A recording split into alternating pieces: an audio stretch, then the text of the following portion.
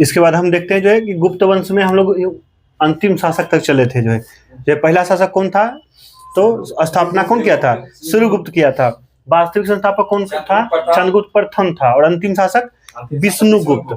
उसके बाद क्या याद रखना है कि गुप्त वंश जब खत्म होते होते जो है अनेक मतलब सामंतों में जो है बट गया था। उसी में से एक सामंत था क्या था जो है, पुष्यवती वर्धन था जो उसका नाम शायद जो है, पुष्यमित्र जो है, हाँ पुष्यभूति। क्या याद रखना है, पुष्यभूति, पुष्यभूति याद रखना है। पुष्यभूति जो है, पुष्यभूति जो है भूति वर्धन, यही आगे जाकर जो है वर्धन वंश का स्थापना करेगा। और जो हर्षवर्धन जो भी जो है वो यहीं से संबंधित है। इसके आगे जो है अगर शासक जो होगा जो, तो यही से हम लोग वर्धन वंश यहीं से देखेंगे जो है, इसको याद रखना है। उसके बाद जो है हम लोग इसके बाद जो है इससे संबंधित आगे चलते हैं। गुप्त काल में सबसे ज्यादा, हम बोले थे कि सोना का सिक्का सबसे पहले कौन वंश चलाया था, भारत में सोने का सिक्का का सबसे पहला चलन किया हिंदू यूनान। उसके बाद याद रखना है कि कुषाण जो है सर्वाधिक शुद्ध सिक्के को जारी किया।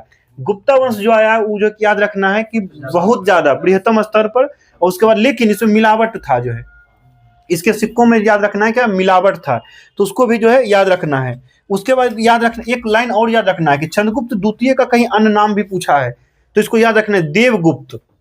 चंद्रगुप्त द्वितीय का एक अन्य नाम है देवगुप्त, उसको जो भी जो है याद रखना है। महरौली का लौह स्तंभ बना है, महरौली का लौह स्तंभ बना है चंद्रगुप्त द्वितीय के काल में बना है, इसको भी कहीं ना कहीं याद रखना है। महरौली का लौह स्तंभ, महरौली का क्वेश्चन क्या रहता है कि महरौली का लौह स्तंभ किसने बनवाया था, तो चंद्रगुप्त जो है, चंद्रगुप्त द्वितीय ने, चंद्रगुप्त द्वितीय ने जो है, कुतुब मीनार के बगल में ही है। जो कि याद रखना है कि अभी तो लोहे का ही बना हुआ है, लेकिन अभी तक कोई एक जंग नाम का जो कुछ चीज नहीं है। मतलब तो वो एकदम कहता है कि मतलब शुद्धतम जो है कितना किस तरह का था कि जो है अभी तक याद रखना है 1600 ईस्वी लगभग हो चुका है, लेकिन अभी तक जो उसमें कोई जो है किसी तरह का कोई जंग उंग नहीं लगा है। तो क्वेश्चन क्या रहेगा कि महरौली का लौह स्तंभ कौन बनवाया है, तो चंद्रगुप्त द्वितीय ने। और जो कहाँ है, तो कुतुब मीनार के बगल में, कुतुब मीनार के परिसर में इसको जो है याद रखना है, कहा जाता है।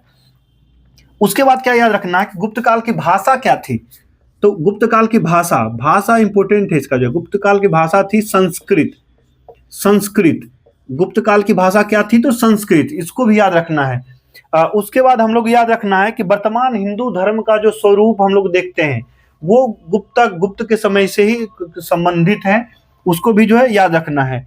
उसके बाद याद रखना है कि इसके समय में भू राजस्व की दर जो है क्या थी, तो हम बताएं भी ऐसे भी कि अच्छा शासक जो होता था वो 1/4 से 1/6 के बीच में ही रहता था। पूरा गुप्त वंश में जो है इतना ही रहा है, 1/4 से लेके 1/6 तक का ही रहा है पूरा गुप्त वंश में। तो इसको जो है थोड़ा सा ध्यान देना है। उसके बाद हम लोग देखेंगे कि कहता है कि फाहियान, फाहियान आया था, तो कहते हैं फाहियान के अनुसार उस समय छुआछूत थी या नहीं थी, तो याद रखना थी। फाहियान के अनुसार जो है उसमें छुआछूत थी। निम्न जाति के लोग को चांडाल कहा जाता था या अंत यज्ञ कहा जाता था। निम्न जाति के लोग को क्या कहा जाता था, चंडाल, या जो है चंडाल या अंत यज्ञ, या अंत यज्ञ कहा जाता था जो है गुप्त साम्राज्य में, इसको भी याद रखना है। निम्न जाति के लोगों को क्या कहा जाता था, चंडाल या अंत यज्ञ भी कहा जाता था। इस समय बाल विवाह, पर्दा प्रथा तथा सती प्रथा सबका प्रचलन था, वो भी सब जो है याद रखना है। वेश्यावृत्ति करने वाली महिलाओं को गणिका या कुटनी कहा जाता था, इसको याद रखना है। गणिका, इस वर्ड को याद रखना है, गणिका या कुटनी जो है, जो याद रखना है, गणिका या कुटनी जो है। वेश्यावृत्ति याद रखना है कि वेश्यावृत्ति जो करने वाली महिलाओं को जो है क्या कहता है, गणिका या कुटनी, ठीक है, इसको याद रखना है, गणिका या कुटनी। कहता है कि अजंता की गुफाओं का निर्माण गुप्त काल में ही हुआ है, ठीक है, अजंता की गुफाओं का निर्माण जो है गुप्त काल में ही हुआ है। कहता है कि अजंता की गुफाओं मतलब कितने गुफा हैं अजंता में, जो है याद रखना है, अजंता की गुफाएं का निर्माण जो है गुप्त के समय ही हुआ है। और इसमें पूछता है कि कितने गुफा, तो 29 गुफा जो है। इसमें से याद क्या करना है कि इसमें कितने गुफा, तो जो है 29 गुफा। कहते हैं कि 16, 17 और 19 नंबर की गुफाएं जो है गुप्त काल की है। इसमें से जो है अजंता हिंदू, बौद्ध और जैन तीनों के लिए जो है प्रसिद्ध है। अजंता, अजंता के बारे में याद रखना है कि कहता है कि किसके लिए जो है संबंधित, कौन धर्म से संबंधित है, तो याद रखना है कि जो है इसके बाद याद रखना है कि हिंदू बौद्ध और जो है जैन, हिंदू बौद्ध और जैन जो है, इसको याद रखना है। तो जो है इसको याद रखना है, ठीक है। अजंता की गुफाओं का संबंध जो है इसमें याद रखना है। अजंता हिंदू, बौद्ध और जैन तीनों के लिए प्रसिद्ध है, ठीक है। उसके बाद याद रखना है कि गुप्त साम्राज्य की सबसे बड़ी इकाई थी देश, जिसके शासक को हम लोग क्या कहते थे, गोपना कहते थे।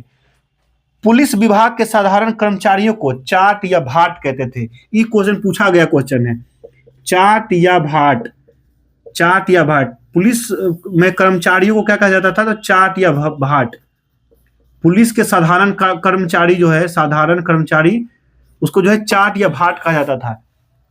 क्योंकि वर्धन वंश इसी से संबंधित है, तो याद रखना है कि वर्धन वंश में फिर वही बात आता है कि पुलिस में क्या कहा जाता है, चाट या भाट किसको कहा जाता है, तो सेम चीजें हैं, वहां भी चाट भाट ही कहा जाता था।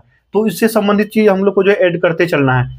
तो चाट या भाट कहा जाता था पुलिस में, इसको भी याद रखना है। कहता है कि गुप्त काल में उज्जैन सबसे महत्वपूर्ण व्यापारिक केंद्र था। कौन सा, उज्जैन। उज्जैन सबसे प्रसिद्ध जो है व्यापारिक केंद्र था, उज्जैन व्यापारिक केंद्र था। इसको याद रखना है कि सबसे ज्यादा सर्वाधिक प्रसिद्ध व्यापारिक केंद्र कौन था, तो उज्जैन। इसको भी याद रखना है। विष्णु का वाहन गरुड़ गुप्तों की जो है राज्य चिन्ह था।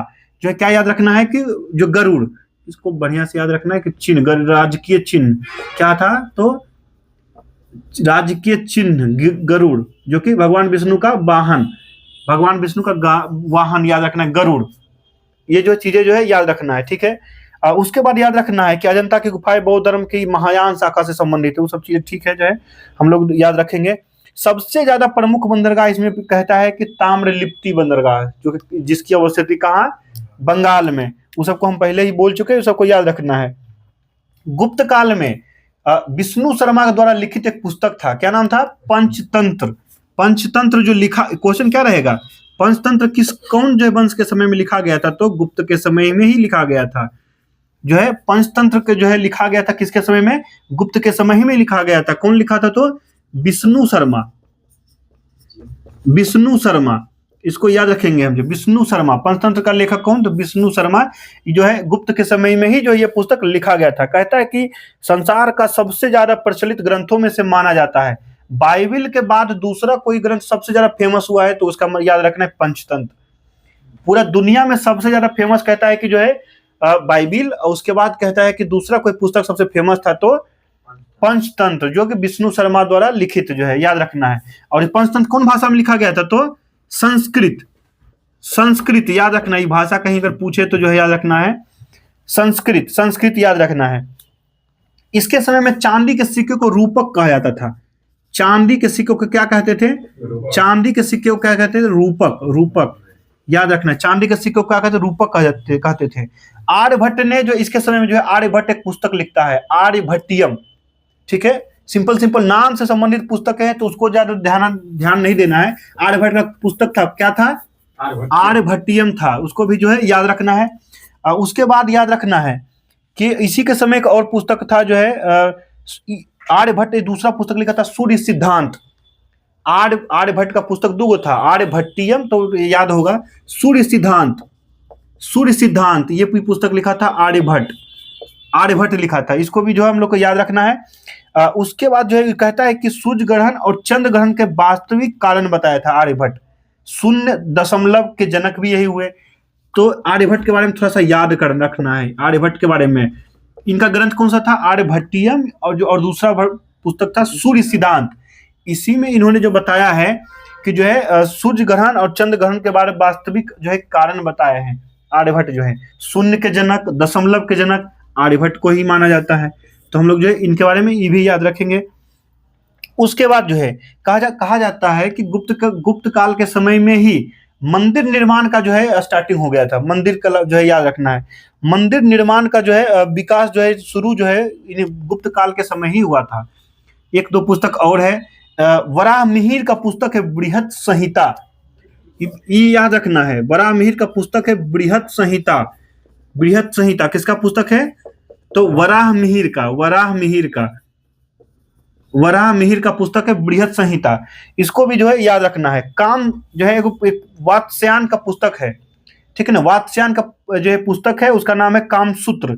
जो है कामसूत्र पुस्तक भी जो है याद रखना है। उसी समय ये सब पुस्तक जो लिखी गई थी उसी के समय में लिखी गई थी। वात्स्यायन की जो पुस्तक था जो है इसको भी जो है याद रखना है। उसके बाद याद रखना है कि नीतिसार, नीतिसार, नीतिसार पुस्तक का नाम है नीतिसार। नीतिसार के लेखक कौन हुए तो कामंदक, कामंदक। नीतिसार के लेखक कौन हुए? कामंदक, कामंदक। और उसके बाद एक और है कि ब्रह्म सिद्धांत, ब्रह्म सिद्धांत, ब्रह्म सिद्धांत। ये पुस्तक भी याद रखना है, कौन लिखा है तो ब्रह्मगुप्त, ब्रह्मगुप्त, ब्रह्मगुप्त, ब्रह्मगुप्त। इसको भी जो है याद रखना है। कहता है कि याद रखना है ये सब जो चीजें जो है। उसके बाद कालिदास का कुछ रचना है, अभिज्ञान संकुतलम, अभिज्ञान संकुंतलम है, मालविका अग्निमित्रम है, रघुवंशम है, कुमार संभवम है, मेघदूतम, ऋतु संहारम। ये सारा पुस्तक जो है कालिदास का। हम लोग पुस्तक के बारे में एक अलग से वीडियो बनाएंगे पूरा एक साथ में जो है, तो जो है हम लोग वहां पे भी करेंगे। अभी फिलहाल जो इतना पुस्तक याद रखना है। उसके बाद याद रखना है कि अमर कोश की रचना जो है अमर सिंह ने करवाया था, वो भी याद रखना है। याद रखना है शूद्रक जो है मिर्च कटिकम, मिर्च कटिकम यहीं पे भी देख लेना है। मिर्च जो है मिर्च कटिकम, मिर्च कटिकम याद रखना है। किसका है तो शूद्रक का, शूद्रक का। इसको भी जो है याद रखना है। शूद्रक का पुस्तक कौन सा है तो मिर्च कटिकम जो है, इसको भी जो है याद रखना है। एक पुस्तक और याद रखना है, काव्य मीमांसा, काव्य मीमांसा, काव्य मीमांसा याद रखना है। किसका जो है पुस्तक है तो राजशेखर, राजशेखर। जितना पुस्तक है सब इंपॉर्टेंट है, इसको सबको याद रखना है। काव्य मीमांसा किसका पुस्तक है तो राजशेखर का पुस्तक है, ठीक है। उसके बाद याद रखना है कि नवीनतकम की रचना, एक पुस्तक और है नवीनतकम, तो उसका लेखक उतना याद नहीं रखना है, बस याद रखना है कि नवीनतकम की रचना भी गुप्त काल में ही हुआ था। इसमें जो है क्या कहता है, नुस्खा, सूत्र, उपचार विधियों का जो है वर्णन है, वो सब भी जो है याद रखना है। और कहता है कि पुराणों का वर्तमान में रूप जो हम लोग देखते हैं वो गुप्त काल के समय ही उसको जो है वो कहता है कि उसका रचना उस हिसाब से किया गया था, ठीक है। मंदिर बनाने का कला का जन्म जो है गुप्त काल के समय ही हुआ था, उसको भी हम लोग लेते जो है याद करते चलेंगे। त्रिमूर्ति की अवधारणा हम लोग पढ़ते हैं, ब्रह्मा विष्णु महेश, ये त्रिमूर्ति की अवधारणा जो है वो गुप्तों के समय से ही जो है चलती आ रही है। त्रिमूर्ति की अवधारणा बस जो है एक ऐसे याद रखना है कि त्रिमूर्ति,